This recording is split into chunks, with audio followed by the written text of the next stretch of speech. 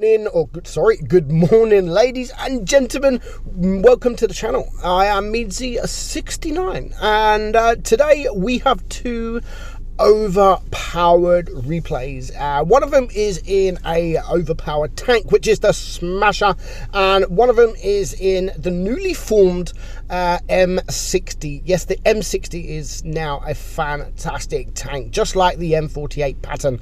But first up, we're going to watch the Smasher. Now, it's been a while since we've seen an OP replay in a Smasher. Now, this is a monster tank. All it takes is one shot, just like a Death Star. All it takes is one shot from the Smasher. So we are watching a Dictator from the Adult Clan, and he is bottom tier, and bottom tier to get this amount of damage. Now currently this is rated #1 Hall of Fame for this season, and it's a scorcher. It is an absolute amazing damage game, high damage. And yeah, I mean, the Smash is good. The Smash is OP. But in tier 8, I mean, it's still good in tier 8 because it has the penetration. But you wouldn't expect this kind of damage to be in a tier 8 game. You would expect a lot of one-shots for this kind of game. But yeah, tier 8, and in fact, there's only 2 tier 7s. So let's just see what he can do. Now, unfortunately, the RU-251 is behind a rock there. Now, was he able to get the shot? Unfortunately not, and there is one tank down, so one tier 8 tank down.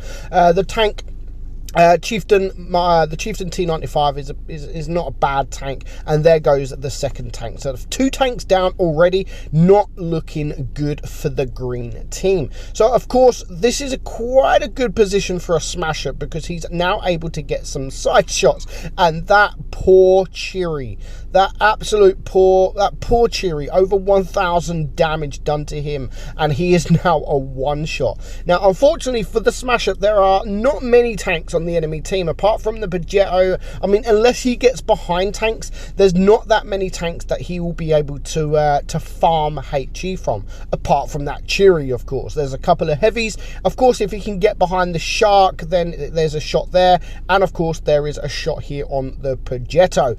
So is he able, I mean, you really want to be shooting HE as much as you can in the Smasher, because that is where you're going to farm a lot of damage. But of course the AP and the heat does just enough damage anyway. So yeah, again, it's not looking good for the green team. It is a 3 versus 6, and our guy has now lost half of his hit points. Nice shot there into the RU-251, and that is his first kill. So already 2.5k damage. That defender there is dead. There goes the Cheery, and all of a sudden it's still a 2 versus 4. Again, it's still not looking good for the green team. Is he going to I was about to say, is he going to be able to get that shot on the Hell's-In? Yes, he is. Nice shot there, and it is now a 2 versus 2. So anything is looking possible. Now, this isn't good when a Progetto 46, a very, very good tier 8 tank, comes to the side of you. And if you miss this shot, or if you don't take him out, then it is going to be a game over. But again, beautiful HE from the side, and that is now a 4,000 damage. The Kunze Panzer there is a one-shot, so I'm sure he's going to be taken out very, very soon, and it leaves him alone against 2 heavy tanks, both of which are almost full hit points. Do you know what will be good? An ammo rack will be great around about now. See, I tricked you guys. You thought he was going to get an ammo rack. No, he wasn't. But nice shot indeed, and that is now 4.5k damage. So already he's done a decent job. He's done a decent job, but he is not finished there. He is no way finished. There is still 3 minutes left on the clock, and there is the Yo. Beautiful shot into the rear of him, brings him now down to a one-shot. The Kunze Panzer needs to get the hell out of there. He needs to run, and he needs to stay alive as long as possible, to be honest. But if he dies, then it won't be good for our Smasher here. It won't be good at all. And of course, he's still stayed alive for now, but sadly he is now dead. Is he going to be able to take out this M3Yo? He needs to take him out. There's now only 2.5 minutes left on the clock. He's basically a one-shot to each of these tanks. He's on 3 kills. He's already bounced 1,000 damage as well, but he's on just over 5k damage. He needs a high roll there. With heat, that is actually a very good roll, and quite lucky, because if he doesn't take him out again, it would probably be game over. And at least now, with 2 minutes left on the clock, he knows where this Object 252 is. Unfortunately for him, the Object 252 also knows where he is, but he's almost on 6,000 damage. I mean, to get this, he's going to have to splash a bit of HE into him. As long as the Object 252U stays there, he can just farm a bit of HE, and even that, I mean, nearly 400 damage, and that is just a splash. And that's the best thing about these high alpha guns. You can still do damage. So nice reset there. He does have to reset again. Oh no, the 252U has decided to come off, and again just splash him with HE, and that is over 300 damage. So our guy is now on 6.5k damage. He has got this Object 252U down to a 2-shot. He needs this first shot. The object is pushing. He needs to take this first shot. Is he going to use heat, or is he going to use HE? Unfortunately, he does use HE, but he misses his shot. He misses his shot. Now, the Object 252 could push. He should have pushed. At that point, he should have pushed. With just a minute left on the clock, our guy is still looking at just splashing him in the face with HE, and he's done it yet again. It's only going to take 2 more shots splashed in the face with HE. Now, I think they have around about the same reload. Is he going to be able to do it, or just about? I think the object might just beat him on a reload. Now, he's got plenty of time to aim. The Object 252 made it so easy for our smasher, and he finishes with 5 kills. 5 kills. Was it 5 or 6? I think it was 5. It was 5, and 7,300 damage. That there was a great game, because, you know, even though he knew he couldn't pen some shots, he wasn't afraid to use that HE, and thanks to that HE, I mean, they were big damage. They were big damages on the Object 252U there. Very big damages. I mean, the first HE splash, 400, then 300. They were really good. Not a lot of people would try to splash that guy with HE. They would want to pen him with heat, but nope, not our guy here. Not Dictator. And look at that, 7,300 damage. Absolutely amazing. Next up, we've got Peter Taylor Swift Enjoyer. This is another game that I got from the Blitzstars Hall of Fame. Now, this is actually a clan member of mine, M60.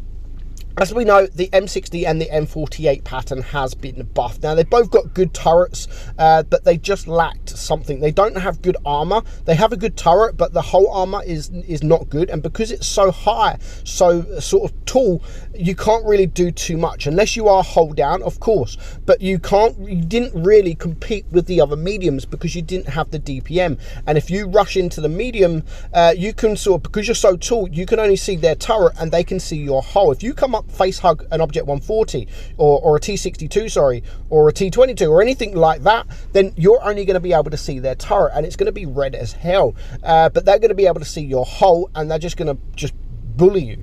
But Wargaming buffed the DPM, so the DPM now actually matches the other mediums in tier 10, and we're going to find that out from our guy Peter here. He has an absolutely amazing game, very, very high damage game, and again, just like the Smasher there, this is rated #1 in the Hall of Fame, the highest damage done in the M60 so far. So there is 1 kill now, 1,100 damage. He has lost a little bit of hit points, but he has to be careful. There are quite a few tanks around, and he catches the Sheridan, and a very nice high roll, 438 high roll into that Sheridan. Now, because of the DPM, again, he is able to get that shot. Now, before the buff, he probably wouldn't have been able to get that shot into the Sheridan. Now, I love the fact that he's not afraid to use HE. Now we can see that this guy is not using spool liner either, and he's now able to 400 both times, both shots there, over 400 damage done to that guy. Now, he does take a shot, but that was actually worth the risk, because he does take the FE4005 out. Now he has an E100 where he wants him for now,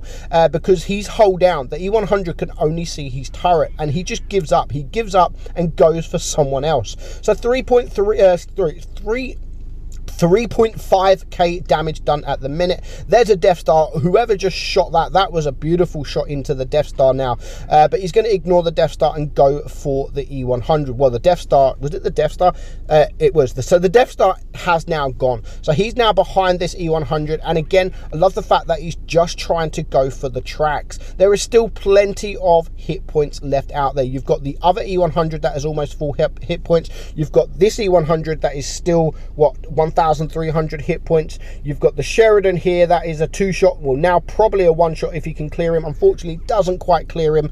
And of course, you've got the other heavy over there as well. So there goes this Sheridan. That, I don't even know how that penned. That was a beautiful shot into that E100. So 2 kills, 5,000 damage, and it's not looking too bad for his team. So there is, again, another nice shot into the E100. So he's going to take 2 more shots into this E100. He knows that he's on a reload. And again, what a beautiful high roll. Absolutely amazing. Has he got him on the reload? Yes, he has. Now, again, before the buff, he probably wouldn't have had him on the reload there. And he would have taken a nasty shot from that E100. But now it is in the favor of the green team. 6,000 damage done. And it is now a 3 versus 2. And again, love the use of the HE here. 482 damage done to that AMX 50B. Now, stupidly, the E100 is coming up and he does manage to track him. So he is able to get away, get around the corner and go for the AMX 50B.